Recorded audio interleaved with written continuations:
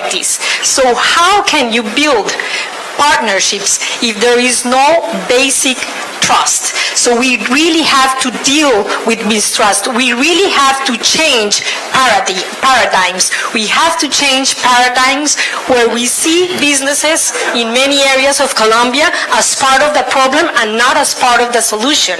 We have to change paradigms where we see businesses not really understanding and not really connecting with what people, with the needs and what people are needing in the local areas. So I would just leave it there, and afterwards I can go to some of the experiences. Just very briefly, because we're coming up to time. Yeah. You have an example of a promising partnership. I have a number of examples. Yes. Just one to leave us with. This is not fair. So I have to run on that. So okay, I brought like 3 examples, but I want to share one that I truly believe that is very promising. So right now we are beginning this initiative that has been fostered by USAID in Colombia, and it's using this matching funds mechanism. So through this matching funds mechanism, what is happening is that they are bringing in companies and different other actors as NGOs and different actors. They're bringing in this partnership, innovative partnership, to address it with a long-term view and with a view of transformation of local conditions, businesses with local organizations and NGOs as mine, to have a long-term project to change conditions in different areas of Colombia. So we are now partnering with this particular mining company and also with the National Coffee Federation. We are partnering with them in a project of 4 to 5 years that is going to try to change conditions and create opportunities and build local capacities in at least 9 municipalities of a specific area of North Colombia. So I think this is very promising in the way that I see that businesses get interested to join in these collaborations when they see the matching funds mechanism working around. Yes. Okay. Thank you very, very much for that really constructive example. I'm so sorry that we don't have more time, but I think this is what we needed. This is happening now in our time. An historic peace agreement for Colombia to end 50 years or more, and it needs the support of everyone in society to make it work. And this kind of partnership you talked about, a long-term partnership which also involves civil society, building local capacity and building trust, as you say, really, really important. And I think all 3 of our speakers gave us concrete examples of how they, from their various perspectives, are trying to work together with other actors to achieve the goals that we've talked about today. Ladies and gentlemen, we've been together for 1 hour now, and I can see that some of you are a little bit distracted by your dessert and your cup of tea. We need to bring a little bit of sparkle back into our conversation, perhaps by bringing in someone who's been a star actor in his youth, a star teacher in his youth, well, not his youth, just a few years ago, which led him to becoming the most important teacher in his country. He became the Minister of Education. And now he has the biggest job of all. He is the President of Botswana. Please join me in welcoming Mokgweetsi Masisi.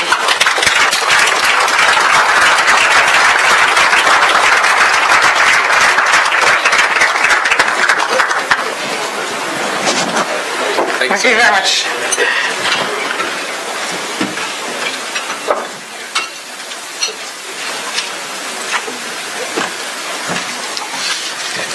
Oh my goodness.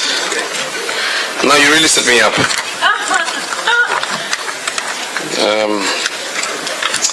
Excellencies, we're here. Distinguished guests, ladies and gentlemen.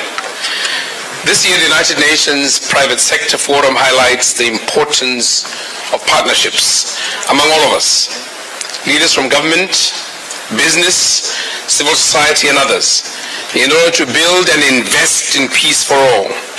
This timely event convened by the Secretary General and organized by the United Nations Global Compact and partners, underscores the need for a holistic approach to sustaining peace.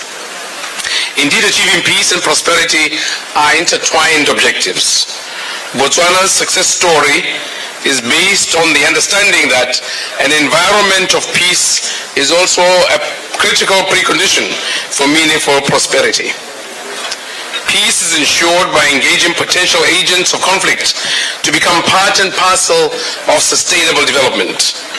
This, by the way, is also provides ourselves with some guide for determining if we participate in peacekeeping or not.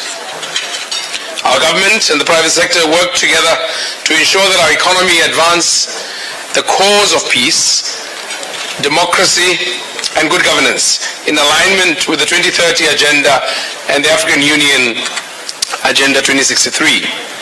The Kimberley process, as you may know, is a prime example of how we can break the link between the illicit trade of diamonds and armed conflict. In Botswana, the proceeds from the diamond industry have enabled the financing of education and several important social services for our people. Our diamonds, I can comfortably declare, too good for our development.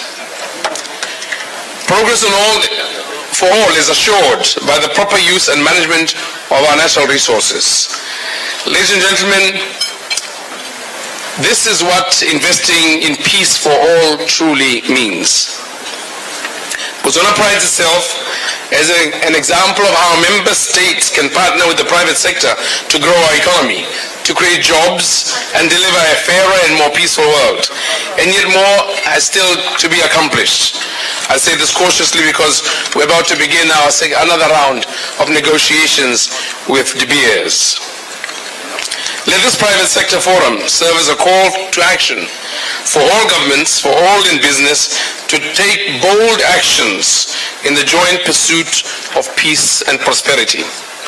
Governments have an essential role to play in providing the conditions for responsible business to flourish, from combating the scourge of corruption to supporting vibrant, diversified, and sustainable economies.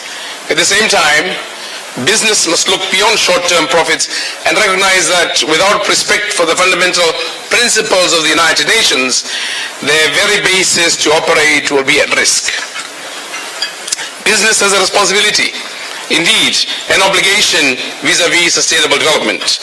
I commend the United Nations Global Compact and partners for organizing this private sector forum where government and business leaders engage in dialogue and highlight commitments to action. In developed and developing countries, in peaceful and conflict-affected nations, we have shared responsibility for the attainment of peace for all. I thank you for your attention. And yes, we still have diamonds. You can come by.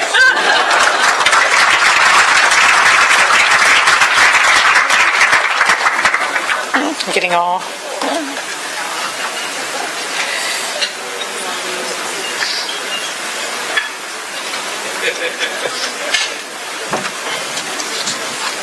Thank you very, very much, Mr. President, for sharing your thoughts with us. And Botswana is a country which knows the value of the private sector and government working together, whether it comes in the extraction of the country's resources or indeed building the real resources of a country, and that is its human capital. We're going to all take a long breath right now, and instead of turning to look up here to the speakers, we're going to give you a moment to turn to look at the people at your table and to engage in a conversation. Of course, you may want to discuss the weather, you may want to discuss what you're doing tonight, but if you run out of topics like that, please, this is a moment to discuss whether you have ideas from the work you've already done in working in partnership with the the UN and the Global Compact, or things you can be considering. For the next 10 minutes, we want to use this as a moment for networking.